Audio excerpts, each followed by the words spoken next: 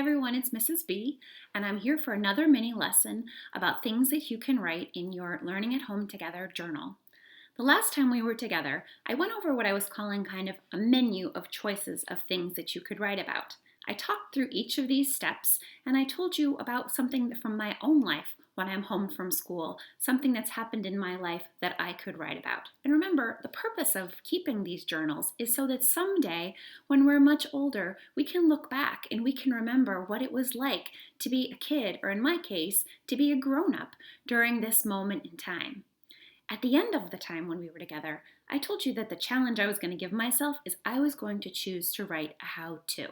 And I told you that I had worked really hard on figuring out how to build a document camera while my real document camera was at school, and I wanted to explain the steps of how to do that.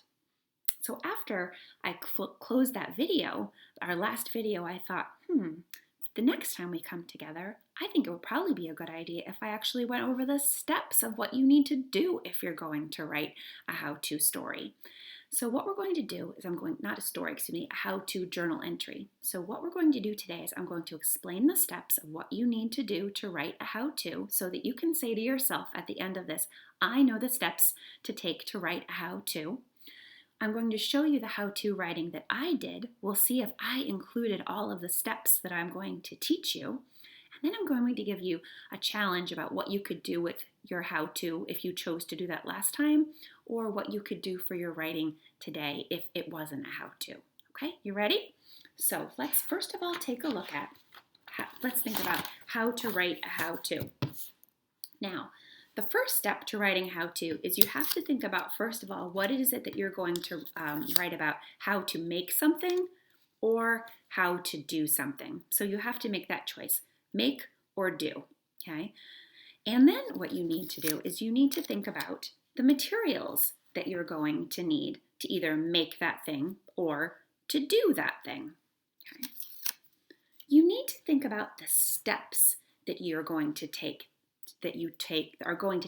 or that you did already take to make or do whatever it is that you're writing about. And it's super important that when you're writing a how-to, that you write those steps in order. That first, second, third, fourth, fifth, however many steps, they have to go in order. So very important, okay?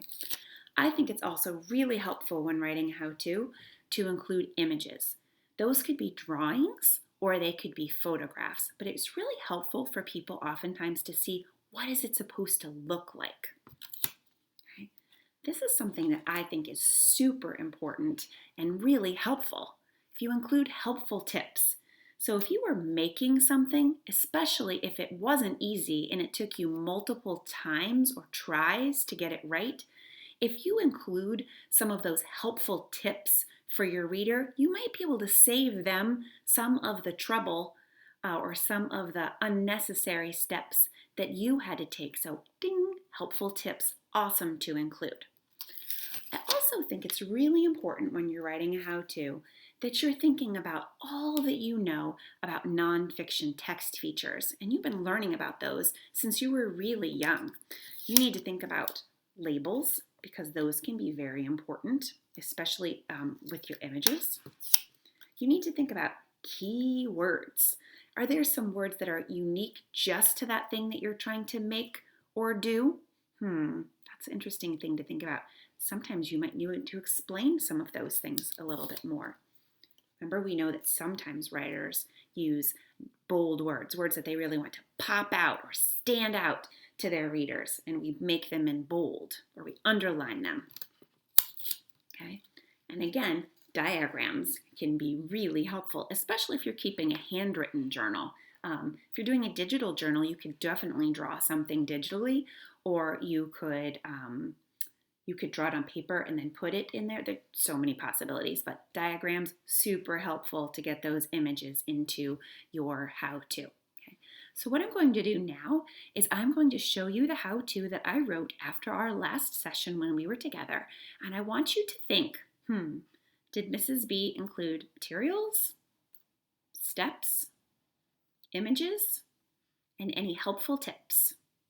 I also want you to think about any nonfiction text features that I may have included in my in my journal entry. So here it is. Hold on, I'm going to present this so the screen is bigger.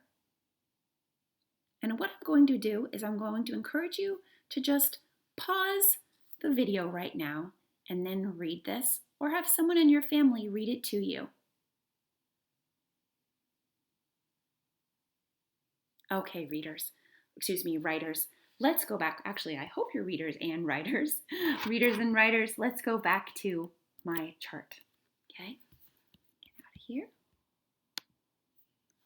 All right, how did I do? When I was pausing for a moment and rereading my journal and reflecting on how I did, one of the things that I realized that I really didn't do as much of as I could have definitely, went to sleep. I could have definitely included some more helpful tips. For example, I had to really experiment a lot with a lot of different kinds of cans to find the right combination. I also had to work really hard to figure out how to get that camera angle, so some helpful tips probably would have been a little bit of a better thing that I could have done. I'm also realizing I probably could have drawn a diagram. I included 2 photographs, but maybe a photograph and a diagram would have been helpful. Those are just choices that I have to make as a writer. So here's what my next steps would be, is I could choose to revise that piece of writing, go back and include some more helpful tips, think about maybe including a diagram, or I could just choose to write another idea, okay? Here's one last little thing I wanted to leave you with. Something that's super fun to do when you write a how-to is to ask someone in your house who's with you right now to do your how-to. See, like if you described how to make a peanut butter and jelly sandwich, if they followed your steps, could they actually do it? So that might be a fun challenge to try. So writers, no matter what it is that you choose to do today, I hope that you will think about capturing what it's like to be a kid at this moment in time, whether it's revising or writing another how-to, or choosing something else from the menu of ideas. The choice is up to you, but off you go. Happy writing, and I'll look forward to seeing you the next time.